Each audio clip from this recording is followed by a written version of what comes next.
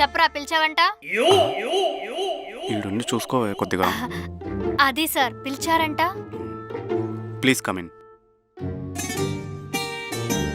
Take your seat. అదేంటి నాకు already chair ఇచ్చారు కదా, మరి ఇది ఎందుకు? టేక్ యువర్ సీట్ అంటే ఈ సీట్ తీసుకెళ్ళి అక్కడ కూర్చోవడం కాదు, ఇక్కడ కూర్చోమని అర్థం. ఇంగ్లీష్ రాదు, తెలుగు రాదు. So the purpose of the meeting is, కొంచెం ఏసీ ఆన్ చేయరా, ఉక్కబోస్తుంది. వెరీ బ్యాడ్ వెదర్ కదా. ఇంటికి పా, నీ పని చెప్తా. So coming to the point, purpose of the meeting is, కొంచెం ఆఫీస్ బాయ్ ని పిలిచి టీ తెప్పిస్తారా? అసలే హెడేక్ గా ఉంది. అరే రామారావు, టీ తీసుకురా. కొంచెం షుగర్ తక్కువ. షుగర్ తక్కువ, అలానే అల్లం కూడా కొంచెం తగ్గు. చాలా? ఇంకేమైనా కావాలా? మనం ఏమైనా రెస్టారెంట్కి వచ్చామా? సరిపోతుందా? ఇంకా కావాలని అడుగుతున్నారు. ఏదో మీటింగ్ అన్నారు కదా, చెప్పండి. నాకు టైం లేదు, అసలు పనులున్నాయి. So the purpose of the meeting is, HR గారు మొన్నే మీకు పెళ్ళైందంటగా? అవునండి. కొత్త కాపురం ఎలా నడుస్తుంది? పర్లేదు, బాగానే ఉందండి. నిన్ను పిలిచింది హైక్ గురించి డిస్కస్ చేయడానికి, హెచ్ఆర్ పర్సనల్ విషయాలు డిస్కస్ చేయడానికి కాదు. అలాంటివి ఏమైనా ఉంటే బయటికి వెళ్ళి డిస్కస్ చేసుకోండి. చెప్పండి. సో నేను హెచ్ఆర్ 1 hour డీప్ డిస్కషన్ చేశాం. దేని గురించి? నీ హైక్ గురించి. ఓ ఈజ్ ఇట్? యా.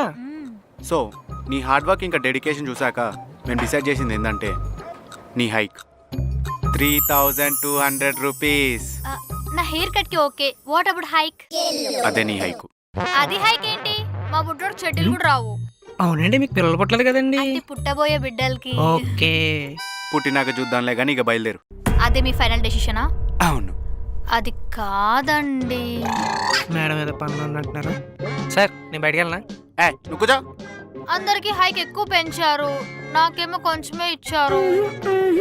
సార్ నేను బయటికి వెళ్ళనా? నువ్వు కూర్చోరా. అంటే ఆడపిల్లని కదా, నాకు కొంచెం ఖర్చులు ఉంటాయి. ఏంటి ఇలా చూసుకోండి, పిసికేస్తుంది? అర్థం చేసుకోండి అరే హెచ్ఆర్, నువ్వు బయటికి వెళ్ళరా. ప్లీజ్. సరే, సార్. ఒక్క 10,000 పెంచండి ప్లీజ్ అండి, ప్లీజ్. చాలా? నీకు సరిపోతుందా? పర్లేదండి, అడ్జస్ట్ చేసుకుంటా ప్లీజ్. సరే నువ్వు వెళ్ళు, నేను హెచ్ఆర్తో మాట్లాడతాను. ఓకే అండి. ఇదేది టెంప్ చేసి వెళ్ళిపోయింది. సర్లే, మిగతాది ఇంటికి వెళ్ళాక చూసుకుందాంలే. ఒరే హెచ్ఆర్, లోపల రారు నువ్వు. Can I come in? అవసరం లేదు, వెళ్ళి పని చూసుకో. నువ్వు చేసే పనేం బాలేదమ్మా. అవునమ్మా, ఇంతకు ముందు 4-5 కాఫీలు తాగేదాన్ని, కానీ హెల్త్ కోసం ఇప్పుడు లెమన్ టీ తాగుతున్నాను. నేను మాట్లాడేది టీ గురించి కాదు, నా హైక్ గురించి. హైక్ గురించా? అందరికి బానే ఇస్తున్నానే. నాకు అసలు ఇవ్వలేదే. అందరికీ ఇచ్చి నీకు మాత్రమే ఇవ్వలేదంటే నువ్వెంత స్పెషల్ రా నాకు. అమ్మా నువ్వు టాపిక్ మారుస్తున్నావు. నాకు హైక్ ఎందుకు ఇవ్వలేదు? నువ్వేం పని చేసావనే నీకు హైక్ ఇవ్వడానికి?